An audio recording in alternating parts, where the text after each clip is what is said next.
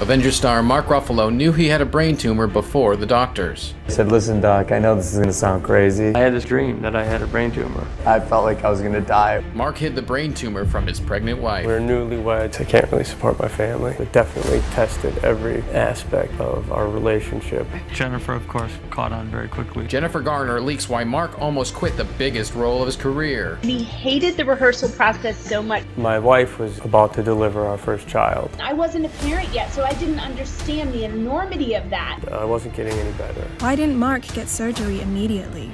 20% chance of losing your facial nerve. Complete paralysis. The neurologist is like, you have to deal with it immediately. Mark Ruffalo hospitalized. 1 week after the birth of his son, Patients often pay the price. When I woke up, I was so sick. I just heard a ringing in my left ear. And she walked in And I was praying, please don't take my face. and she was like white as a ghost. I already knew. I had this crazy dream that I had a brain tumor. It wasn't like any other dream I'd ever had. It was literally just knowledge that you have a tumor and you have to deal with it immediately. I woke up, I was sobbing. I felt like I was gonna die. I went to the set doctor. I said, listen, Doc, I know this is gonna sound crazy, but I had a dream last night that I had a tumor and I really would like to get it checked out. She's like, well, yeah, you are crazy, but I'll line up a neurologist and you'll see you're fine.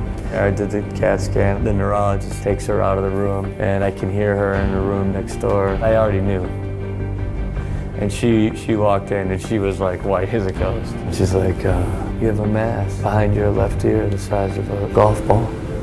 We think it's operable. You have a 80% chance of losing your hearing in your left ear and a 20% chance of losing your facial nerve. Mark was desperate to protect his family from his terrifying diagnosis. My wife was about to deliver our first child, and so I didn't want to ruin that for her by breaking her the bad news that her husband had a brain tumor. I really kept it under wraps because it was already a lot to deal with. And it came just when he thought his dreams were coming true. As a young actor, I was really struggling a long time. It was humiliating, and everywhere you went there was really, really good-looking guy. And I just wasn't the guy they were looking for most of the time. I developed a sort of persecution complex. I just didn't feel like I was getting anywhere, and I was really frustrated. Really made it clear to me how deeply I loved acting and how utterly destroyed I would be if that was taken away from me. I started to get little work. It was a very exciting time. My pay went up, and I quit bartending. All those things happened, and then I got a brain tumor. And that was the end of that little run.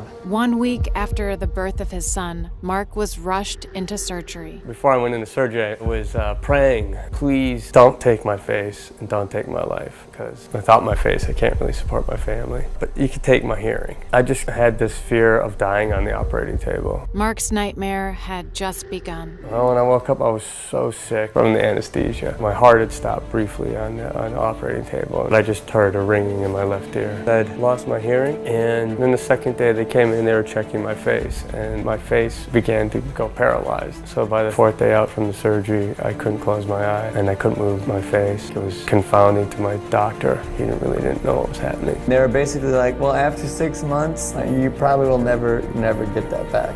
With his face paralyzed, Mark couldn't provide for his family. I was angry. I was sad. I thought that was pretty much it for my acting career. We were newlyweds. We had a newborn colicky baby. I wasn't getting any better. It definitely tested every aspect of our relationship and our friendship and our ideas for the future. And I would get frustrated and angry at myself. Everything that I geared my whole life up toward seemed to be completely taken away. Mark was so bitter about his paralysis until another dream woke him up.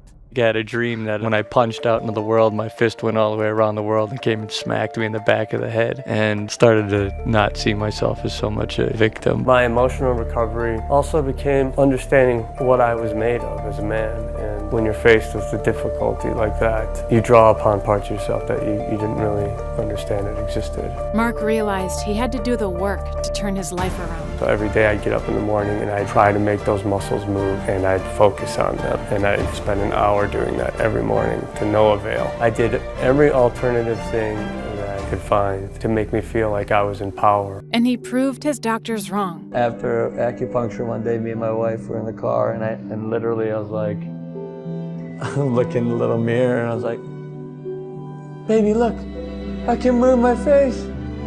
I can move my face, baby!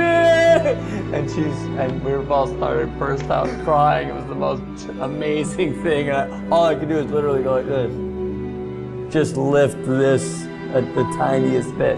And that became, slowly but surely, it started to come back.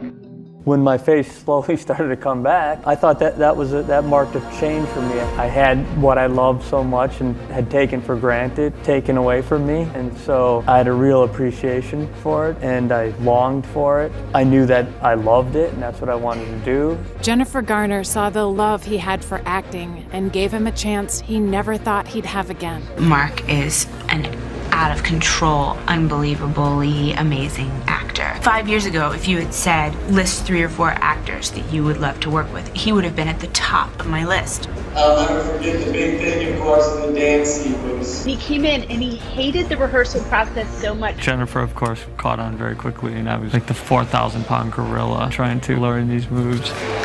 200 extras standing around going, man, I could do that better than him. That guy sucks, man. Mark almost let his bitterness control him, but his perspective had shifted. Oh my gosh, you had a 1-year-old when we made that movie and I wasn't a parent yet, so I didn't understand the enormity of that for you. I didn't get what you were bringing to work with you every day. It took me 6 days to learn it, and it took Jennifer Garner 3 hours to learn it. Nothing was more fun than watching Mark Ruffalo learn to do Thriller. I didn't know it was going to become iconic. By taking back control of his life, Mark didn't just recover, he became even better. It taught me that I was frail, and it also taught me that I was incredibly strong. But also that life is very tenuous, that it's fragile. You can't take it for granted. I want to thank my family. One thing I've learned is that we are stronger together. My relationship with my wife deepened enormously. Understanding my strengths and my weaknesses, my ability to not give up or persevere, have all fed into my confidence and my willingness to be more fearless in the way I live my life. I've integrated it all into my life, and here I am, way better than I was then. I was fainting all the time. We really don't have any tests, to diagnose it with. No one knew what to tell me. I wasn't making it all up.